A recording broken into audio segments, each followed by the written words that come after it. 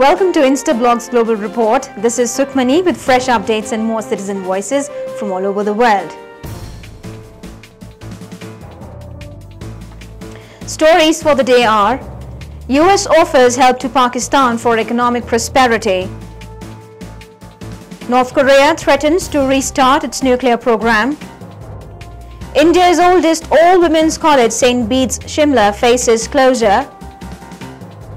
And journalists in Zambia launch country's first breaking news site.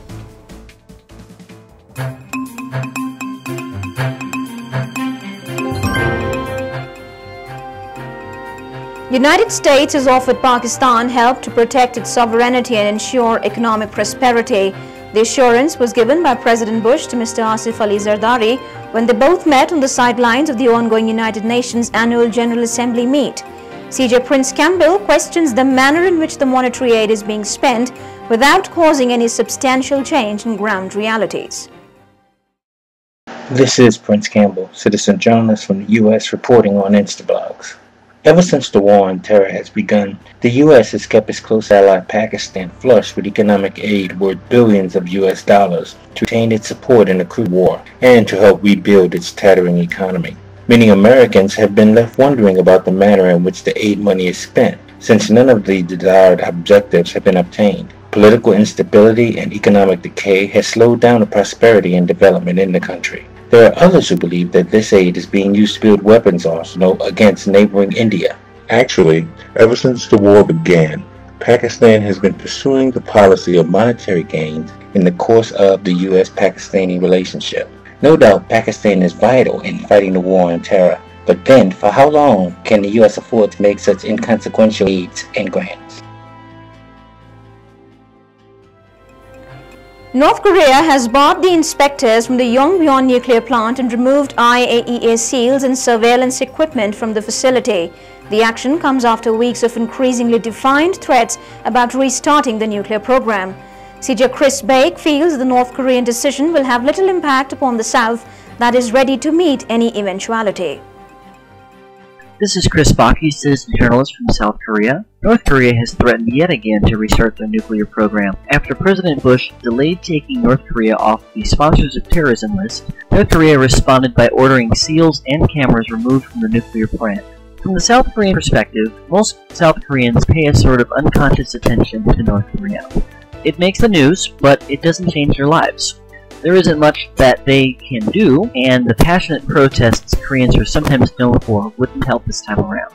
North Korea is in a position where it needs the outside aid, but Pyongyang seems to want to get the benefits of the agreement without doing as they agreed to. In the end, it's all about pride and power. Powerful entities don't allow themselves to be in a position of weakness if they can help it.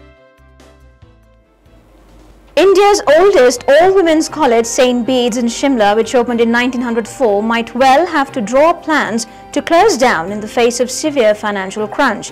The state government has decided to reduce the grants in an effort to facilitate more equitable distribution of the funds.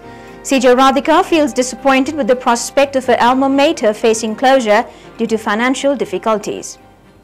This is Radhika, a citizen journalist reporting from India. The Himachal government cannot be oblivious to the fact that St. Bede's is the oldest women's college in the country. The philanthropic vision of this institution has promoted the cause of female education for more than a century in a society averse to tutoring girls. It is absolutely shocking to see the government express its helplessness in forestalling a complete shutdown of this great asset to the region as a whole. The funds are not there, we are not able to run the college. So we don't know what we will do in future. I met CM, I met the Director of Education, Education Minister, everybody, mostly everybody I met. They said the High Court judgment is come out, our hands are tied up, we have to follow that. So you also will get the salary what we give to other colleges also. The authorities may be right in stating that the grants are required to be dispersed on an equitable basis with other institutions and that St. Bede's, along with the other 3 institutions, cannot be the sole beneficiary. Understood, but you cannot shut the matter here and turn your back on it. St. Bede's is an alma mater to first IPS Lady Officer Satwant Atwal Trivedi, film actress Preeti Zinta. The government can always exercise its choice of increasing the grants for all these institutions. Already, very few good institutions in the state are genuinely interested in promoting the cause of female education. Despite lacking essential equipment and funding, a group of journalists in Zambia have launched the country's first breaking news site. The site's primary aim is to cover news on a 24-hour basis, a rare objective in the country. CJ Brenda Zulu praises the endeavor and also highlights the difficulties the project might face in Zambia. This is Brenda Zulu, citizen journalist reporting from Zambia on Instablog. It is a really brave decision to begin a venture such as this in a country like Zambia. Covering news on a 24-hour basis is a rare objective ever tried, let alone achieved by anyone. This group of enterprising journalists will have to face many problems in reaching out the masses. In Zambia, although the information revolution has made the internet available, its connectivity remains poor. Poverty, however, has militated against making emails and other internet services available to most Zambians. Computers simply are too expensive. Internet clients and cafes are available, but most Zambians cannot afford to log on and off. The lack of electricity has kept the electronic media out of the reach of a majority of Zambian citizens. Given the difficulties, it would be a good idea to partner with a local radio station and start a print edition to complement its online edition. If you want your voice to be heard by millions, let Instablogs be your choice. You can contact us at cj@instablogs.com. That's all for today's show. We'll be back with fresh updates and more citizen voices. Till then, it's goodbye from the entire team of Global Report.